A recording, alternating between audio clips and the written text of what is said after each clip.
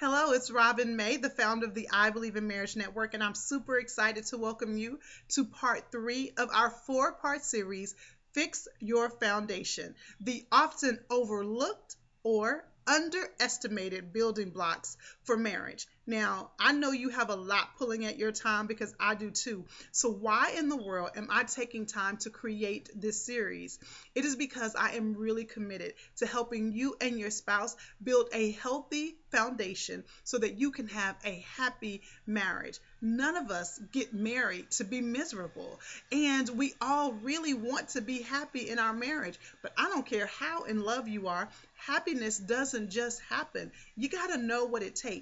And I believe that these 8 principles that I'm sharing over the course of 4 weeks are just the key to get you and your spouse headed in the right direction. I want to help you diagnose what could be going wrong. And so as you dive into this series, I think it's going to open your eyes. Now, I did create a guide to support you on this journey. Make sure you go to ibelieveinmarriage.com/Jenga.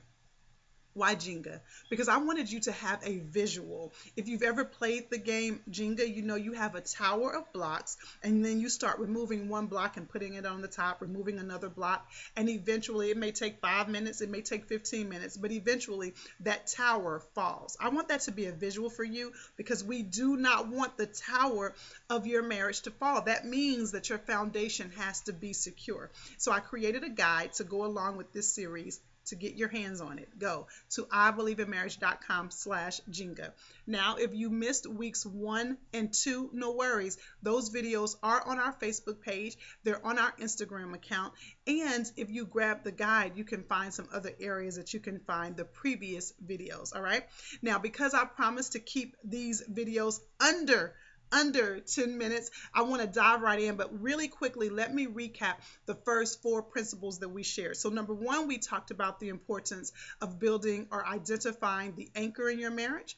Number 2, we talked about the importance of emotional intelligence. We talked about clear expectations, and then number 4, we talked about accountability. Now, I keep notes in front of me because if not, I could talk about this way longer than 10 minutes, but let's dive in to principles or building blocks 5 and 6. So building block number 5 is embracing the power of humility. Now, it may sound like an oxymoron for me to use the word power and humility together because it could sound like a contradiction, but it actually takes courage to show humility. Why is humility important? This is actually a building block or a principle that I've been really focused on with my clients in the last year because I'm really seeing it as a critical piece to help transition or transform your marriage. Humility or showing humility or being humble in your marriage is simply a commitment to honor your spouse and to consider them just as or at times more important than you.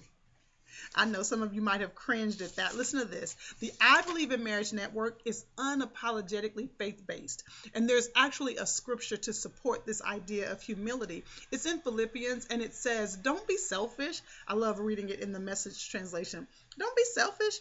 Be humble. Wasn't there an artist that says, sit down, be humble? Anyway, the scripture says, don't be selfish, be humble, and think of others as better than yourselves. This doesn't mean that who you are isn't great. It just means you are willing to acknowledge the greatness in others, especially your spouse. I love teaching clients to practice outdoing one another when it comes to serving them. My husband, for some reason, loves the bed to be made in the morning. I could care less, but he serves me so well. I try to serve him in that way. When I hear the garage door going up, I run upstairs and I try to make up the bed really quick. Not that I care about it, but I just want him to know that I'm honoring his needs even beyond my own. Now, y'all, I know that sounds good when you are both doing it. You're both trying to outdo each other, but it is hard when it's one-sided. I'm not going to sugarcoat that. I know that it is hard, but I'm going to say to you anyway, practice humility. Listen, kindness pays off in more ways than you could even imagine. It goes a long way in impacting your spouse. It begins to chip away at that hard part of their heart. So I want you to practice humility. Now, there's one more thing about humility. Humility is basically you saying that you desire to understand your spouse is greater, or your desire to understand your spouse is even greater than your ego. I know sometimes you got to put your ego aside because you want to understand where your spouse is coming from. And that is a sign of humility. And I have found, here's a little hint. I have found that when you combine humility and curiosity, curiosity is just making a commitment to not make assumptions but seek to understand. When you combine humility and curiosity, your marriage will definitely improve. All right, so that was building block number 6. Let me dive into, I'm sorry, that was building block number 5. I'm getting ahead of myself. Let me dive into building block number 6 now. Now, this might be one of my favorite principles, and that is learning to avoid unintentional neglect. In other words, just learning to prioritize your spouse. Listen, y'all, life happens. The bills have to get paid.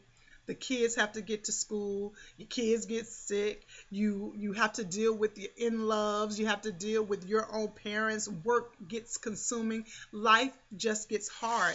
And before you know it, your marriage has gotten put or placed on the back burner. You didn't mean to do it. You don't want it to be that way, but you look up and you aren't prioritizing your spouse. I want us to avoid unintentional neglect. You're not meaning to neglect your spouse. It has just happened. I want you to acknowledge it, and I want you to commit to prioritizing your spouse. Listen, you can start small. You can, instead of saying we're going to go on a date every weekend, you can commit to one date night a month just to get started. You and your spouse can commit to watching a show together. Maybe you're going to say our show is this, and we're going to watch this show once a week. Maybe you schedule a time once a week. You're going to say every Friday at 8 p.m. That's our time to turn everything off and just talk for at least 20 minutes. Do something that will help you avoid unintentional neglect. All right, y'all, that's it for this week. I cannot wait to our final week where I'm going to share with you the last 2 principles. If you haven't already, invite your friends to join this series. They can start from the very beginning. Go to ibelieveinmarriage.com/Jenga. Share this video. Let people know about what's going on with the I Believe in Marriage Network. I'll see you again next week.